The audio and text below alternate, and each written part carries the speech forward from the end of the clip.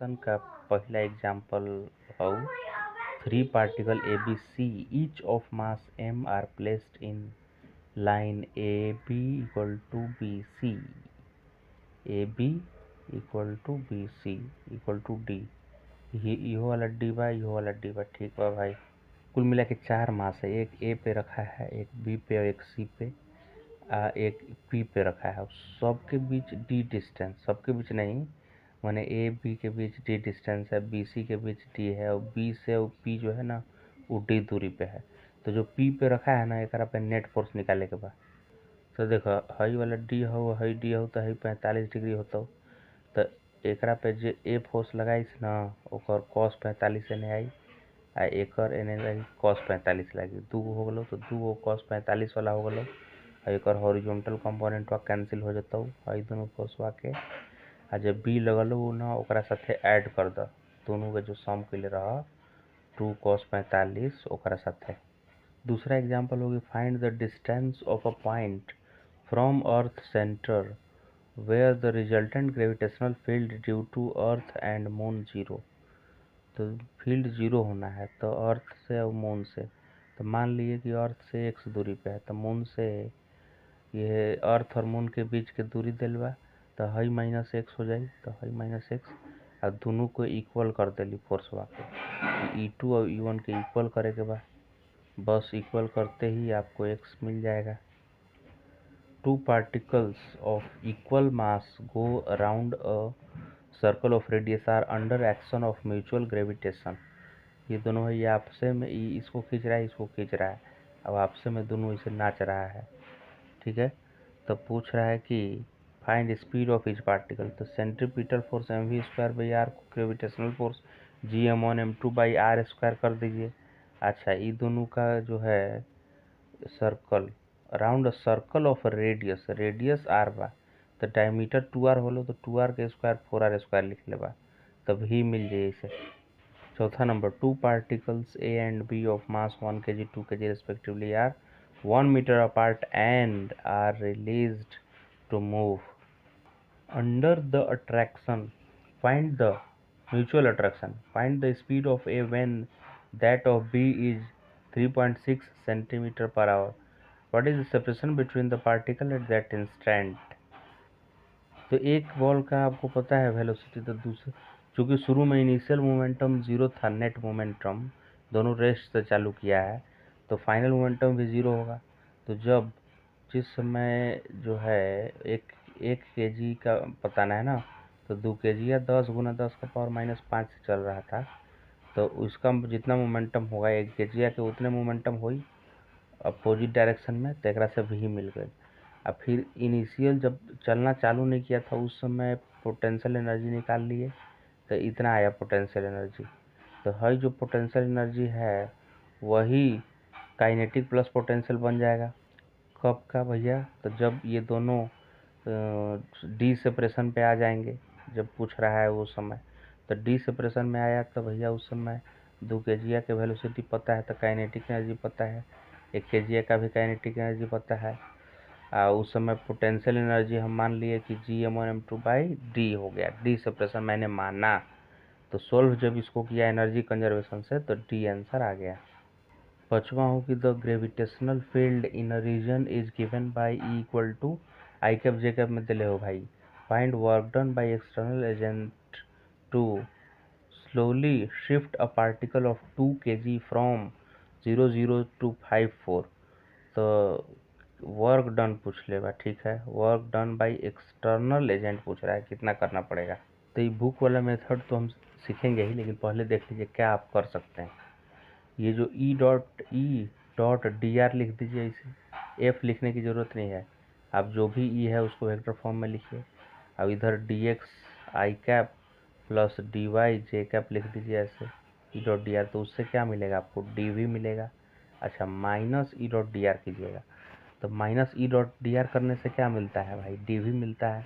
और D we तो E dot D R का इंटीग्रेशन आइए जाएगा, अपर लिमिट लोअर लिमिट सब पुट करने से, तो उसको माइनस लगाएंगे उसमें और डी वी उसको डी वी मान लेंगे। अब डी वी में मास मल्टीप्लाई करने से क्या हो जाता है? डी यू आता है, चेंज इन पोटेंशियल एनर्जी। तो इधरों मास मल्टीप्लाई कर देंगे राइट हैंड साइड में। तो निगेटिव ऑफ ये ई डॉट डी आर से जो आया ये चेंज इन इंटरनल एनर्जी, तो change in internal energy work done by external agent ही हो जाता है।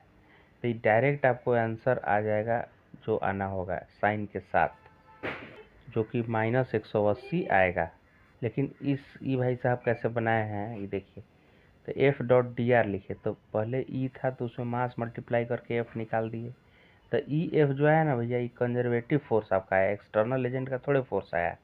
तो इससे वर्क डन भी जो निकला एफ डी एक्स करके, फोर्स का वैल्यू लिख दिए डी एक्स और डी वाई, अलग अलग पार्शियल डेरिवेटिव मान लीजिए कर दिए।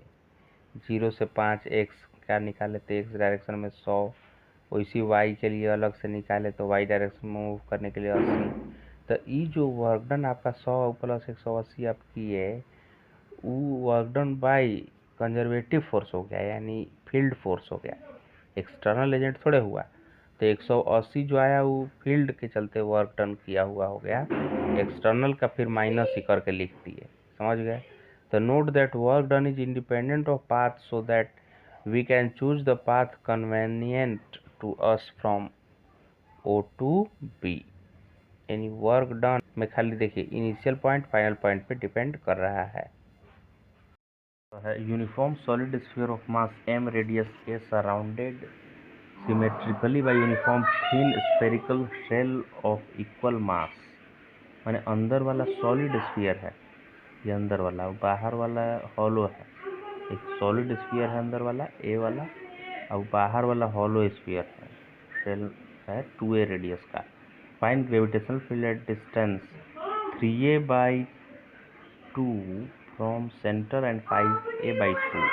तो 5/2 2.5 हो जाएगा, यानी कि दोनों के बाहर हो गया P2 पॉइंट पे। अब P1 मतलब हो गया 3a मतलब 1.5 लगभग हो गया, यानी a से ज़्यादा, तो बीच में निकालना है। तो देखिए P1 पे जो हो गया ना, वो अंदर वाला का आउटसाइड वाला पॉइंट हो गया, तो अंदर वाला पॉइंट मास जैसा बिहेव करेगा, और जो बाहर वाला है उसके लिए इन साइड का पॉइंट हो गया। तो इन साइड में क्या होता है, हॉलो स्फीयर का इन साइड का पॉइंट है वो। तो हॉलो स्फीयर के इन साइड में 0 होता है, जैसे इलेक्ट्रो का होता है वैसे ही, क्योंकि यहाँ पे इधर वाला मास खींचेगा मेरी इधर और इधर वाला अपनी तरफ, तो इन दोनों का, इन सब का रिजल्टेंट 0 आ जाएगा फील्ड यहाँ। तो हॉलो की वजह से फील्ड नहीं होगा अंदर, अब सॉलिड की वजह से सिर्फ होगा। तो P1 के लिए देखिए GM और उसकी दूरी 3a/2 थी, तो 3a/2 का स्क्वायर सिर्फ लिख दिया तो आ गया। और आउटसाइड वाले के लिए नहीं लिखा, तो इसके लिए 0 हो गया आउटसाइड के लिए। तो the point P1 distance 3a/2, P2 5a/2। P1 is inside cavity of spherical shell, the field here due to shell is 0, सिर्फ इनर के चलते हुआ। अब आउटसाइड के लिए जब निकालेंगे ना, तो देखिए स्फेरिकल शेल जो है ना वो इक्वल मास का है, रेडियस भले डबल है लेकिन मास सेम ही है। तो अब चाहे हम सॉलिड स्फीयर लें चाहे स्फेरिकल शेल लें, दोनों तो पॉइंट ही मास जैसा बिहेव करेगा। और दोनों को सेंटर पे मानता हुआ ये P2 पे दोनों का फील्ड निकाल कर ऐड कर देंगे, तो वही 2 टाइम्स देखिए कर दिया है। एक का फील्ड निकाल दिया है GM/5a/2 का स्क्वायर, R 5a/2 है, और उसी को डबल कर दी है, तो आंसर हो गया। 7th है the density inside solid sphere of radius a is given by ρ = ρ0, और कुछ सिंबल लिखा है, a लिखा है शायद, ρ0a/r, where ρ0 is density at the surface and r, zoom out करके देखिए a ही लिखा है, ρ0a/r। यहाँ लिखा हुआ है कि a रेडियस है सॉलिड स्फीयर का और r है उसकी दूरी। तो सेंटर से और दूरी बढ़ने पे भैया ये चेंज हो रहा है इसका जो डेंसिटी है। तो बोलता है कि find the gravitational field due to this sphere at 2a from its centre. तो यहाँ से हम क्या किए, नहीं ये तो हाँ, यहाँ से क्या किए भैया कि हम कोई भी जनरल डिस्टेंस पे जाके और r डिस्टेंस पे और dr थिकनेस कंसीडर किए, और वो स्ट्रिपवा के हम मास निकाले कितना हुआ। ठीक है, तो डेंसिटी तो दिया ही हुआ कि किसी भी दूरी पे तो मास होता है डेंसिटी इंटू वॉल्यूम, तो density rho naught A by R हो गलो किसी भी दूरी आर पे। और एकर हम आर दूरी पे गइल ही तो स्फीयर के एरिया हो तो 4πr², और थिकनेस डी आर हो तो डी आर इंटू कर दिलियो, तो वॉल्यूम मिल गलो, तो वॉल्यूम इंटू डेंसिटी का हो गलो, मास हो गलो। अब ये मास भैया स्ट्रिप का आया है, स्ट्रिप माने जो हम बीच में कंसीडर किए हैं, और एक्चुअल मास तो पूरा इंटीग्रेट न करना पड़ेगा कि 0 से तक, तो इंटीग्रेट भी किए, तो जैसे ही इंटीग्रेट किए तो इतना मास आया, तो तुरंत फॉर्मूला लिख देंगे कि Gm/r², क्योंकि 2a दूरी आउटसाइड हो गया ना स्फीयर के, तो ये पॉइंट मास जैसा बिहेव करेगा। तो देखिए जी लिख दिए, अब मास के जगह पर इसको छाप दिए 2πρ को, और नीचे 2a का स्क्वायर किए तो 4a² हो गया, तो इतना इलेक्ट्रिक फील्ड प्रोड्यूस करी सही। 8 नंबर क्या है क्वेश्चन भाई? तो 8 नंबर है कि एगो स्फीयर है वो, और गोला मने है समझिए, और गोला के ऊपर एगो रिंग रखा है, वैसी जैसे कपार के ऊपर सऊदी अरब में सब कुकर के लगा लेता है रबर, वैसी रबर जैसा जैसे रिंग रखा हुआ है।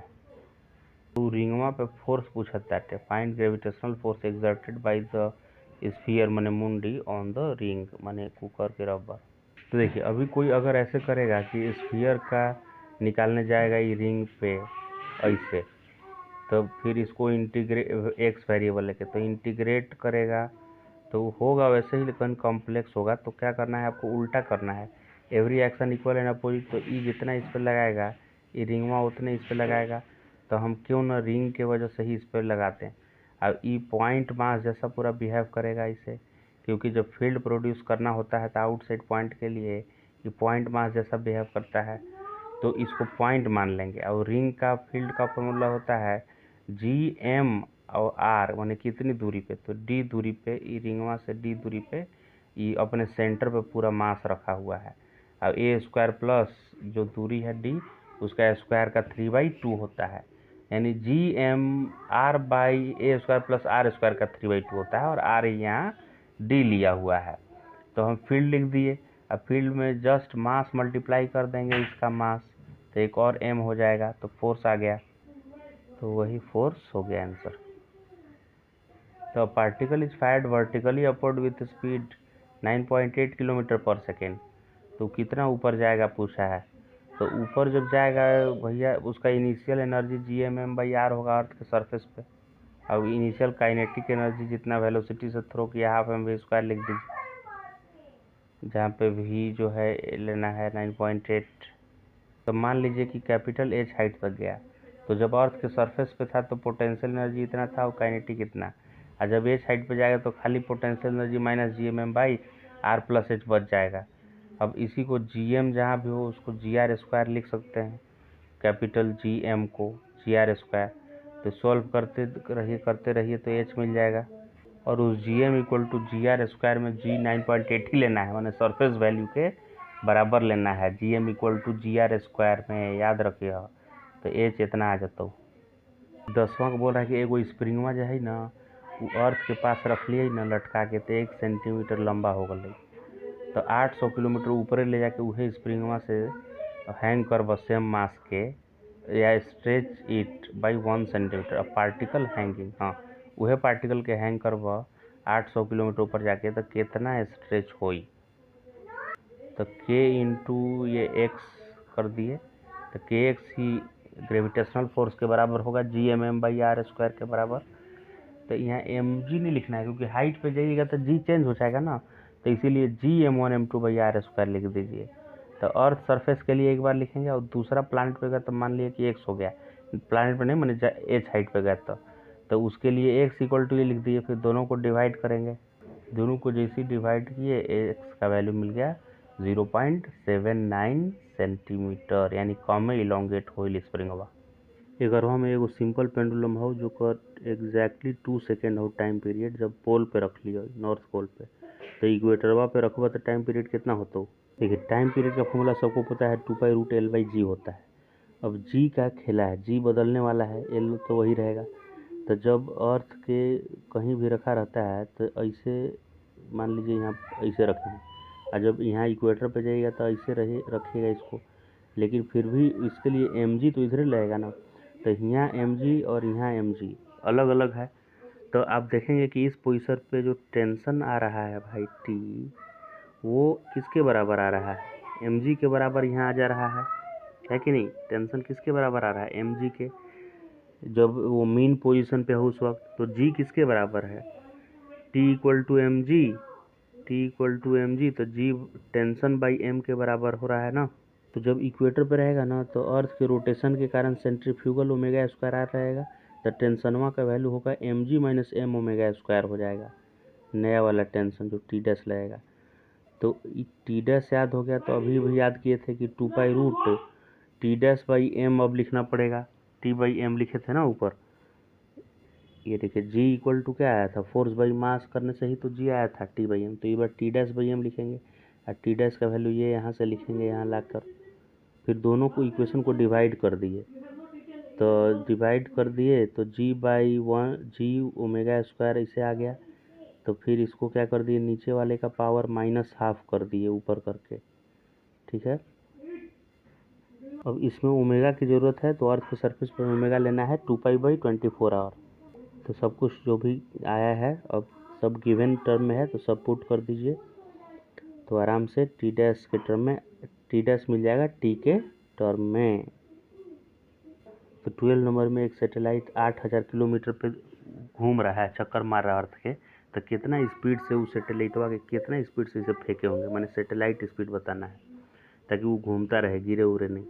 तो उस पर जो फोर्स लग रहा है ना, gravitational force G/m/r², centripetal force उस पर लगने वाले के बराबर होना चाहिए, mv²/r। इससे v निकाल लेंगे, तो उससे v का वैल्यू मिला कुछ ऐसा। फिर Gm इक्वल टू GR² लिख दिए, तो सब गिवन था। तो इतने स्पीड से ये रिवॉल्व कर रहा होगा सैटेलाइट, और टाइम लगेगा 2πr/v। उसकी हाइट दी हुई है 2πr में, 8000 किलोमीटर का है लिख दिए। 2πr में सेंटर से कहे नहीं लिया अर्थ का, क्योंकि डायरेक्ट दिया है अर्थ इन अ सर्कल ऑफ रेडियस 8000, वो पूरा सेंटर से दिया ही हुआ है 8000, इसीलिए 2πr में 8000 ही यूज कर दिए। तो इतना मिनट लगा। 30 नंबर में 2 सैटेलाइट है S1 S2, वो एक ही प्लेन में रिवॉल्व कर रहा है अर्थ के अराउंड। एक घंटा है टाइम पीरियड और दूसरा का 8 घंटा है टाइम पीरियड। इसमें से S1 जो है ना, उसका दिया हुआ है कि रेडियस उसके ऑर्बिट का 10⁴ है। अब S1 S2 जब क्लोजेस्ट है, एक दूसरे के पास है, मतलब ये अर्थ है, तो ये घूमते समय एकदम एक दूसरे के सामने सामने आ गया है S1 S2। और जो S1 है वो भैया वो 10⁴ किलोमीटर S1 का रेडियस है ऑर्बिट का। यह बात है ना, जिसको 1 घंटा लग रहा है, यानी पास वाले को ओबियसली ज़्यादा कम समय लगता है, दूर वाले को ज़्यादा।